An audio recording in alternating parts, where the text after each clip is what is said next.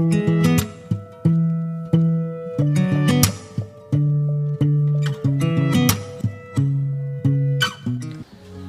everyone, this is Charu. You are watching through Charu's lenses. Welcome back to my channel. Guys, आज की video में मैं वो top 5 questions answer करने वाली हूँ जो आप लोगों ने मुझसे कमेंट के थ्रू या इंस्टाग्राम पे डीएम करके पूछे थे. So today's video can be fun because कुछ हमारी जान पहचान बढ़ेगी और कुछ उन लोगों को उनके क्वेश्चंस के आंसर्स मिल जाएंगे जो यूपीएससी के लिए प्रिपेयर कर रहे हैं या करना चाहते हैं. So keep watching the video till the end. So the question number 1 is about my educational background कि मैंने यूपीएससी सीएससी प्रिपरेशन को शुरू करने से पहले मैंने क्या पढ़ाई करी है. तो स्कूलिंग की बात करते हैं. 11th एंड 12th जो है वो मैंने पीसीएम के साथ करी है, that is physics, chemistry and mathematics along with computer science and compulsory English. उसके बाद मैंने जो ग्रेजुएशन है उसमें मैंने इंजीनियरिंग करी है इंफॉर्मेशन टेक्नोलॉजी ब्रांच में एंड दैट्स इट. इतनी ही पढ़ाई करी है मैंने. Right now I am preparing for UPSC CSC examination. Question number 2 is about my optional subject. ये क्वेश्चन थोड़ा बड़ा हो सकता है, आप चाहे तो इसको स्किप कर सकते हैं. सो गाइज, जब ऑप्शनल की हम बात करते हैं तो अब आपको पहले से पता है कि मैंने जो मेरी ग्रेजुएशन करी है वो इंफॉर्मेशन टेक्नोलॉजी ब्रांच से करी है और हमारा जो यूपीएससी में ऑप्शनल सब्जेक्ट्स की लिस्ट है उसका कोई डायरेक्ट ऐसा कोई सब्जेक्ट नहीं है जिसमें मेरा सब्जेक्ट ग्रेजुएशन का आता हो. तो दैट्स वाई मुझे बहुत ज़्यादा स्विच करना पड़ा सब्जेक्ट को, बहुत ज़्यादा सोचना पड़ा कि मुझे कौन सा सब्जेक्ट लेना चाहिए. तो मैंने स्टार्ट करा मेरे कोर सब्जेक्ट्स के साथ जैसे कि मैथमेटिक्स, केमिस्ट्री, फिज़िक्स. सो उनके साथ मुझे कुछ प्रॉब्लम फेस करनी पड़ी, जैसे कि जब मैंने प्रिपरेशन शुरू करी ऑलरेडी पैंडमिक वाज देयर और मैं कुछ भी कोचिंग करने के लिए बाहर नहीं जा सकती थी. सेकंड कि जब हम प्रिपेयर करना शुरू करते हैं डेफिनेटली हम कुछ ना कुछ सर्च करते हैं कि हमें कोई गाइडेंस मिल जाए एग्जैक्टली कि हमें किस तरह से प्रिपरेशन करनी है. बट मैथमेटिक्स या इस तरीके के सब्जेक्ट के लिए जो गाइडेंस जिसकी हमें रिक्वायरमेंट होती है मुझे वो गाइडेंस भी कम मिला है. थर्ड, ऐसा नहीं है कि मेरी जो ग्रेजुएशन है वो पर्टिकुलरली मैथमेटिक्स में हुई हो या फिर मैंने उसके बाद पोस्ट ग्रेजुएशन इन सब्जेक्ट्स में कर रखी हो, तो ऑलरेडी मेरी बहुत अच्छी ग्रास्प नहीं है इन सब्जेक्ट्स पे, तो इसलिए मुझे इन सब्जेक्ट्स को क्विट करना पड़ा. Then I thought why not to give a chance to GS subjects. उससे मेरी प्रिपरेशन जो है वो भी अच्छी हो जाएगी बाकी की और मेरा ऑप्शनल भी प्रिपेयर हो जाएगा. बट अगेन उसमें ये प्रॉब्लम आई कि जैसे कि मैंने शुरू में पॉलिटी पढ़ी थी तो मुझे पॉलिटी बहुत अच्छी लगी. मुझे लगा क्यों ना इसी को ऑप्शनल बना लेते हैं. बट जैसे जैसे थोड़ा आगे बढ़ता गया फिर मैंने मॉडर्न हिस्ट्री के बाकी जो सब्जेक्ट्स है वो पढ़ने शुरू करे तो मुझे लगा कि नहीं, हिस्ट्री ज़्यादा अच्छा है, हिस्ट्री पढ़ लेते हैं. And then I came to geography, तो मुझे लगा चलो ज्योग्राफी पढ़ लेते हैं. तो इसी तरह जैसे जैसे मेरे सब्जेक्ट्स आगे बढ़ते गए मुझे उनमें इंटरेस्ट डेवलप होता गया. बट मैं कोई एक ऐसा सब्जेक्ट नहीं ढूंढ पाई जिसे मैं कंटिन्यू कर सकूँ एज एन ऑप्शनल सब्जेक्ट, जिसे मैं डेप्थ में पढ़ सकूँ. सो अभी की करंट की अगर मैं बात करती हूँ तो currently I am focusing on public administration. उसे डिसाइड करने के वही कुछ बेसिक रीजंस हैं. पहला है कि जब मैंने ऑनलाइन इसके बारे में सर्च करना शुरू करा तो मुझे enough amount of guidance provide हो गया कि हाँ किस तरह से मैं प्रिपरेशन शुरू कर सकती हूँ या क्या करना है क्या नहीं करना है. सेकेंडली, अगर मैंने कुछ ऑनलाइन कोर्सेज भी सर्च करे तो मुझे उसके लिए क्लासेस भी मिल गई कि हाँ ठीक है ये करा जा सकता है. तो और थर्ड पार्ट जो सबसे इम्पॉर्टेंट है वो ये है कि मुझे इसमें इंटरेस्ट बहुत ज़्यादा आया. मैंने जितना इसका सिलेबस देखा, जितना मैंने इसके प्रीवियस ईयर क्वेश्चंस को एनालाइज करा, I felt okay wow, I mean this is what I am eager to know, eager to read. So that's why यही कुछ रीज़न्स है. एंड ऑल्सो एक और रीज़न है जो कि इम्पॉर्टेंट नहीं है बट फिर भी एक एडवांटेज है. पब्लिक एडमिनिस्ट्रेशन का सिलेबस थोड़ा कंपैरेटिवली छोटा है ऐसा लोग कहते हैं. बाकी तो डेफिनेटली आपके इंटरेस्ट पर डिपेंड करता है कि जितना इंटरेस्ट आप फील कर रहे हो उस सब्जेक्ट को पढ़ने में, तो वही इम्पॉर्टेंट है कि आप इंटरेस्टेड फील करो और ज़्यादा से ज़्यादा उसकी अंडरस्टैंडिंग आपके अंदर डेवलप हो. So that's why as of now I am thinking to pursue public administration for my optional subject. तो आते हैं मेरे क्वेश्चन नंबर 3 पे कि मैं अपने करंट अफेयर को कैसे प्रिपेयर करती हूँ। करंट अफेयर के लिए मैं 3 चीज़ों का थ्रू आउट द जर्नी ध्यान रख रही हूँ। पहली जो चीज़ है वो सिलेबस है। अगर हमें नहीं पता है कि हमें कौन सा टॉपिक एग्जैक्टली कवर करना है और कितनी डिटेल में करना है, तो हमारी जो प्रिपरेशन है वो स्मूथ नहीं रहती हैं। तो इस वजह से मैं 2 सोर्सेज जो हैं वो सिलेबस के लिए फॉलो करती हूँ। पहला जो सोर्स है दैट इज़ यूपीएससी की जो ऑफिशियल वेबसाइट है वो खुद डिटेल में सिलेबस अपना प्रोवाइड करते हैं, जो कि बहुत अच्छा सोर्स है टू अंडरस्टैंड कि एग्ज़ाम की डिमांड क्या है। इसके अलावा दूसरा जो मैं सोर्स फॉलो करती हूँ अपने एंड पे दैट इज़ कि IAS स्कोर करके एक वेबसाइट है, जिनका GS स्कोर करके micro analysis of GS subjects एक सिलेबस वो प्रोवाइड करते हैं, जहाँ पे वो पूरे सिलेबस की माइक्रो लिस्टिंग कर देते हैं।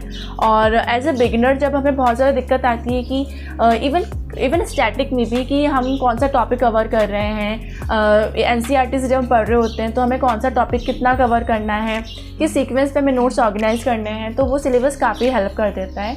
अगर आप चाहें तो उनकी ऑफिशियल वेबसाइट पे जाके अभी जो करंट उनका माइक्रो लिस्ट जो उन्होंने प्रोवाइड करी है वो आप डाउनलोड कर सकते हैं।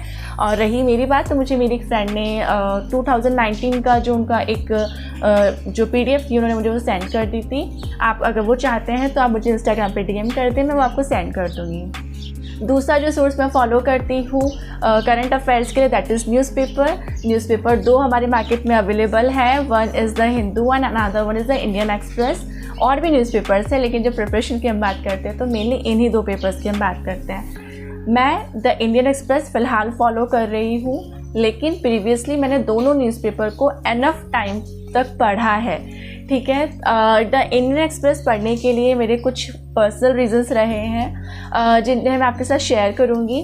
पहला रीज़न ये रहा है कि I really don't know why, आपको थोड़ा स्टूपिड भी लग सकता है, पर जब भी मैं द हिंदू न्यूज़पेपर पढ़ती हूँ तो मुझे बहुत ज़्यादा टाइम लग जाता है। बट जब मैं इंडियन एक्सप्रेस पेपर कवर करती हूँ तो काफ़ी लिमिटेड टाइम में मैं न्यूज़पेपर कंप्लीट कर पाती हूँ। 1-1.5 घंटे के अंदर नॉर्मली हो जाता है, और कभी कभी उससे भी कम टाइम में वो कवर हो जाता है। And time is the key, बहुत इंपॉर्टेंट है टाइमली सारी चीज़ों को मैनेज करना, कवर करना। तो that is the one reason कि मैं द इंडियन एक्सप्रेस पढ़ रही हूँ। दूसरा रीज़न, मुझे पेपर का जो ऑर्गेनाइजेशन है वो बहुत अच्छा लगता है। जैसे कि पहले पेपर पे वो इम्पॉर्टेंट न्यूज़ कवर करते हैं, दूसरे पेज में उसी को कंटिन्यू करते हैं डिटेल में, देन सिटी वाइज न्यूज़ चलती है, उसके बाद एडिटोरियल सेक्शन आता है, then you go to your explain series and so on. तो मुझे काफ़ी अच्छी तरह से उनका ऑर्गेनाइजेशन अच्छा लगता है। और कभी कभी जब ऐसा होता है कि मैं पूरा पेपर नहीं पढ़ सकती हूँ due to lack of time, तो मैं डिसाइड कर पाती हूँ कौन से पेजेस मुझे अभी करंटली कवर कर लेने हैं और कौन से मैं थोड़ा डिले भी कर सकती हूँ। एंड थर्ड जो पॉइंट है वो मेरा पर्सनल नहीं है, वो बहुत सारे बड़े बड़े एजुकेटर्स बोलते आए हैं कि जो द इंडियन एक्सप्रेस पेपर है उसका जो टोन है काफ़ी न्यूट्रल है, और हम जब बिगिनर्स होते हैं हम टोन नहीं डिसाइड कर पाते एडिटोरियल्स का या फिर जो भी न्यूज़ होती है उनका। बट जिन सर्विसेज के लिए हम प्रिपेयर कर रहे हैं तो वहाँ बहुत ज़रूरी है कि हम एक न्यूट्रल टोन को ही अडेप्ट करें, ना कि किसी पर्टिकुलर सेक्शन को फेवर करता हुआ। So these are the reasons that I am following the Indian Express. Now going to the third source for current affair which I follow is monthly compilations. तो monthly compilations में बहुत सारे compilations market में available हैं, जैसे कि vision का हो गया या फिर इनसाइट का हो गया, दृष्टि का हो गया। मैंने ये भी बहुत सारे देखे हैं काफ़ी टाइम तक, क्योंकि मैंने इन्हें स्विच कर करके देखा है कि क्योंकि मन में डाउट आता है कि अच्छा वो ज़्यादा बेटर प्रोवाइड कर रहा है कंटेंट या ये ज़्यादा बेटर कंटेंट प्रोवाइड कर रहा है। But now I have come to a realization कि ऐसा कुछ भी नहीं है। ऑलमोस्ट मोर और लेस सबका कंटेंट एक सा ही होता है। आप किसी भी एक सोर्स से ही स्टिक होके चलें तो अच्छा रहेगा। बार बार अगर हम चेंज करते हैं तो हमें लगता है कि हमने कुछ कवर नहीं करा है। सो इट्स बेटर कि आप कोई भी एक डिसाइड कर लो और उसी से फिर आप आगे कंटिन्यू करो प्रिपरेशन को, क्योंकि जैसे जैसे आपकी प्रिपरेशन आगे बढ़ती जाएगी आपकी अंडरस्टैंडिंग बढ़ती जाएगी कि आपको कौन सी चीज़ें लेनी है, पर्टिकुलर इवन मैगजीन से भी क्या लेना है और क्या छोड़ना है। अभी के लिए मैं विज़न IAS फॉलो कर रही हूँ और मैं उसी को कंटिन्यू करने वाली हूँ। बाकी आप जो चाहे वो सोर्स कंटिन्यू कर सकते हैं। So this is it about the current affairs. So now question number 4. Question number 4 is about my sources, about my online resources which I am following throughout the journey. So for that purpose, definitely my first source is NCERTs only. In my situation the thing is that कि जब मैं अपनी graduation कर रही थी तो मैं side by side tuitions भी लिया करती थी। तो मैंने 6th क्लास से लेकर जो 10th क्लास तक की NCERTs होती हैं उनमें मेरा जो बेस है काफ़ी स्ट्रॉन्ग है।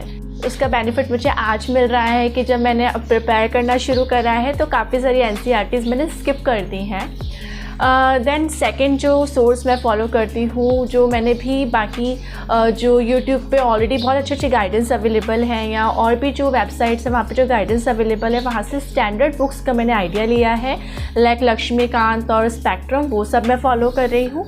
NCERTs और जो स्टैंडर्ड बुक्स हैं जो मैं फॉलो कर रही हूँ उसके लिए मैं एक पोस्ट कर दूँगी इंस्टाग्राम पे, ताकि अगर आपको एग्जैक्टली जानना हो कि मैं कौन सी बुक्स रेफ़र कर रही हूँ। अगर मैं उसके लिए अभी पूरा डिटेल बताने लग गई तो बहुत ज़्यादा लंबी वीडियो हो जाएगी एंड आई थिंक ऑलरेडी काफ़ी लंबी वीडियो हो चुकी है। Apart from that also currently recently मैंने क्लासेस ज्वाइन करी है, वहाँ के क्लास नोट्स भी मैं डेफिनेटली अपने प्रिपरेशन में फॉलो कर रही हूँ, यूज़ कर रही हूँ। So these are the sources which I am following. और बुक्स की जो बात आती है, एज आई सेड अर्लियर कि मैं उसके लिए सेपरेट इंस्टाग्राम पे पोस्ट कर दूँगी what exactly books I am following, but वो मैंने अपनी सिचुएशन को देखते हुए कि मुझे क्या चीज़ आती है क्या नहीं आती है उस अकॉर्डिंग बनाई है। अगर आप देखना चाहते हैं, आप जानना चाहते हैं एग्जैक्टली क्या फॉलो करना चाहिए एज ए बिगिनर, तो मैं रिकमेंड करूँगी कि आप ऑलरेडी जो बहुत अच्छे गाइडेंस प्रोवाइड कर रहे हैं उनको देखें। So let's come to the question number 5, जो कि हमारा आज का वीडियो का लास्ट क्वेश्चन है।